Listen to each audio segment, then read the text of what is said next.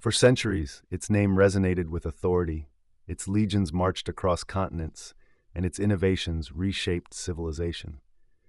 This is the story of the Roman state, from its humble beginnings to its sprawling dominance and its eventual transformation. Rome's origin is a blend of myth and reality. Legend speaks of Romulus and Remus, twin brothers suckled by a she-wolf, founding the city in 753 BC. Archaeological evidence reveals settlements dating back to the Iron Age, clustered on the hills overlooking the Tiber River. This strategic location, offering both defensive advantages and access to trade, proved vital for Rome's early growth. The early Romans weren't a unified people. They were a mix of Latins, Sabines, and Etruscans, each contributing to the burgeoning culture. The Etruscans, in particular, profoundly influenced Roman architecture, religion, and military organization. Under Etruscan kings, Rome transformed from a collection of villages into a proper city, with paved streets, temples, and a burgeoning economy. However, the Roman spirit chafed under monarchy. In 509 BC, the Roman aristocracy, the patricians, overthrew the last Etruscan king, Tarquin the Proud, and established a republic. This new form of government was characterized by a delicate balance of power. Two consuls, elected annually, headed the state, wielding executive authority and commanding the armies. A senate, composed of elder statesmen, advised the consuls and controlled finances, and popular assemblies, representing the common citizens, the plebeians, had the power to elect officials and pass laws. The republic was far from democratic. The patricians held most of the power, leading to constant tension with the plebeians. This tension, however, ultimately fueled Rome's growth. Through centuries of struggle, the plebeians gradually won concessions, including the right to elect their own officials, the tribunes, who could veto actions that harmed their interests. This internal dynamic, this constant push and pull between different social groups, fostered a resilient and adaptable political system. More than just a political system, the Roman Republic fostered a culture of civic duty and military prowess. Every citizen was expected to serve in the army, and military success was the path to political power and social prestige. This martial spirit, combined with an efficient and adaptable military organization, proved to be the engine of Roman expansion. Rome's early conquests were driven by a need for resources and security. They fought fiercely with neighboring tribes and Etruscan cities, slowly consolidating their control over the Italian peninsula. The Punic Wars, a series of epic conflicts with the North African city of Carthage, marked a turning point. These wars, fought over control of the Mediterranean, transformed Rome from a regional power into a dominant force. The key to Rome's military success was the legion.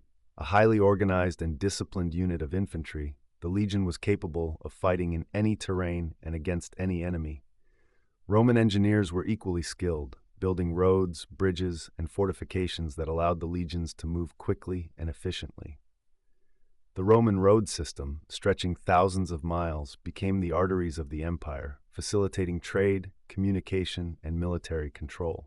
But conquest alone was not enough. To maintain control over its vast territories, Rome developed a sophisticated system of governance.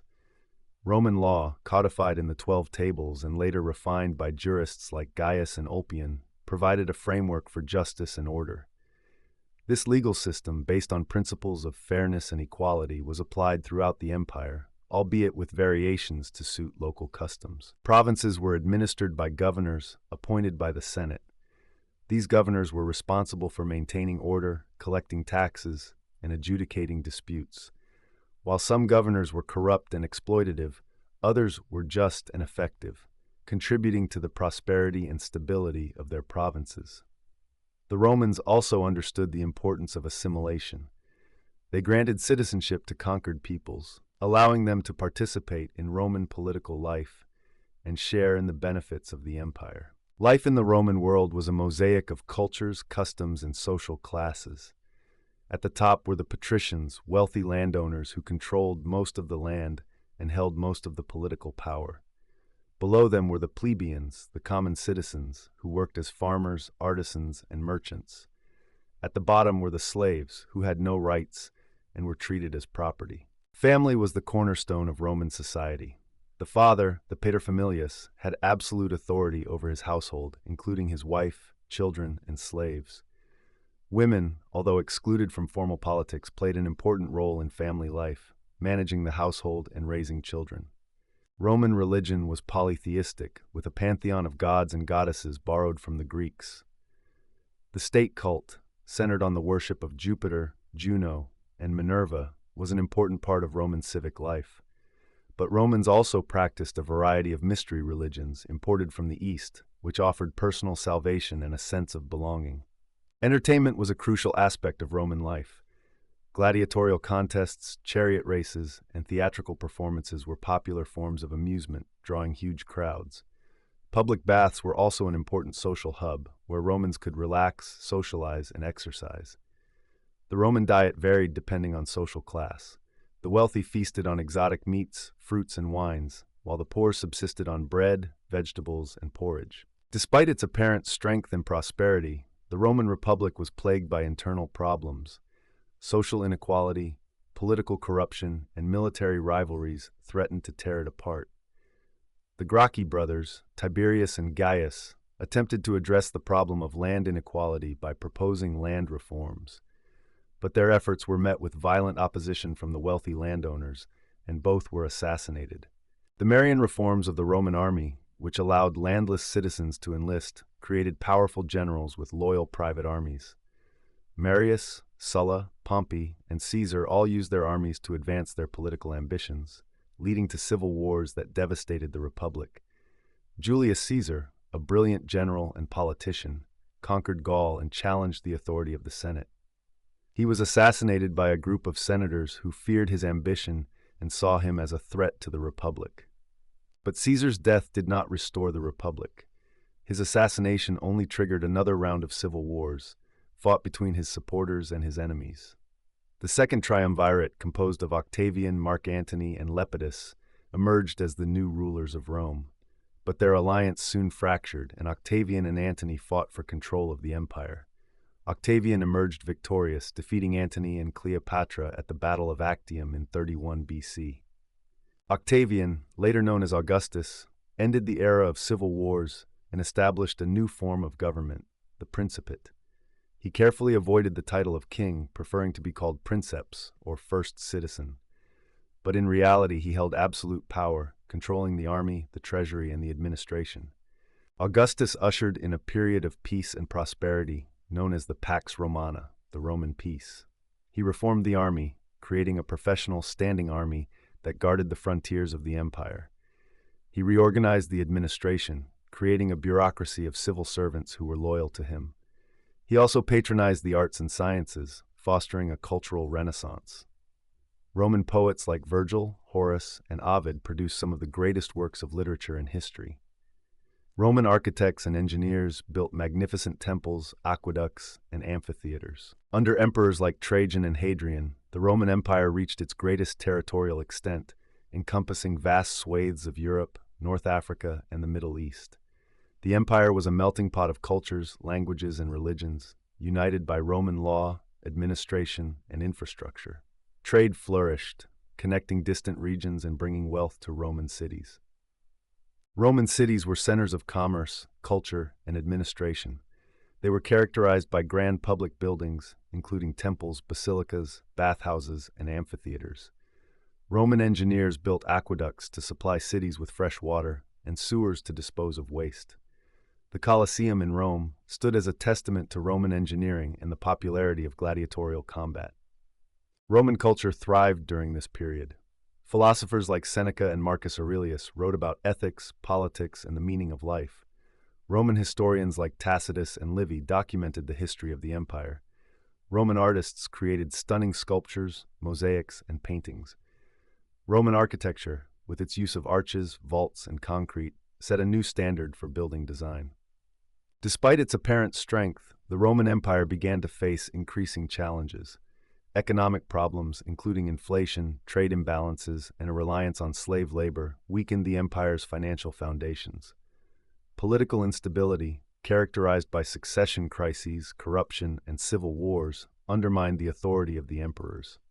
The empire also faced growing external threats. Barbarian tribes, including the Goths, Vandals, and Franks, began to raid Roman territory along the frontiers.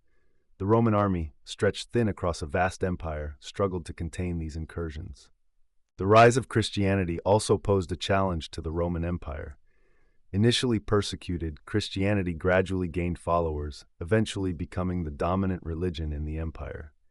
The Christian emphasis on spiritual values challenged the traditional Roman values of civic duty and military prowess. In the late 4th century AD, the Roman Empire was formally divided into Western and Eastern halves. The Western Roman Empire, centered in Rome, faced increasing pressure from barbarian invasions. In 410 ADS, the Visigoths sacked Rome, a symbolic blow that shook the foundations of the empire. The Western Roman Empire continued to decline throughout the 5th century. One by one, provinces were lost to barbarian kingdoms. In 476 ADS, the last Roman emperor, Romulus Augustulus, was deposed by the Germanic chieftain Odoacer. This event marked the traditional end of the Western Roman Empire.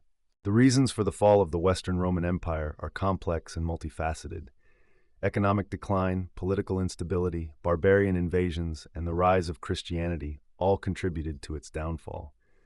The empire had simply become too large and too complex to manage effectively. While the Western Roman Empire collapsed, the Eastern Roman Empire, also known as the Byzantine Empire, continued to thrive for another 1,000 years.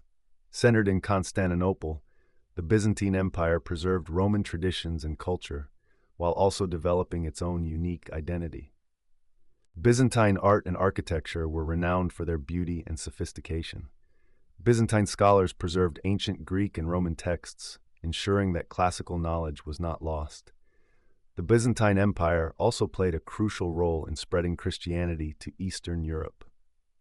The Byzantine Empire eventually declined, facing challenges from Persians, Arabs, Turks, and Crusaders.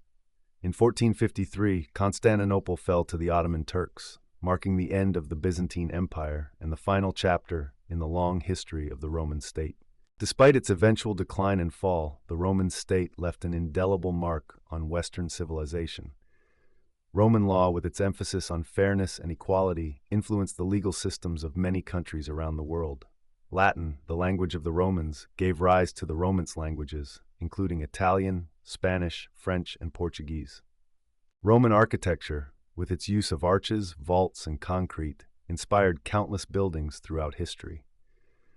Roman political thought, with its emphasis on civic duty, the rule of law, and representative government, influenced the development of modern democratic institutions.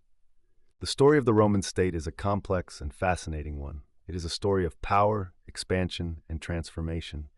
It is a story that continues to resonate today, reminding us of the enduring power of ideas, institutions, and culture.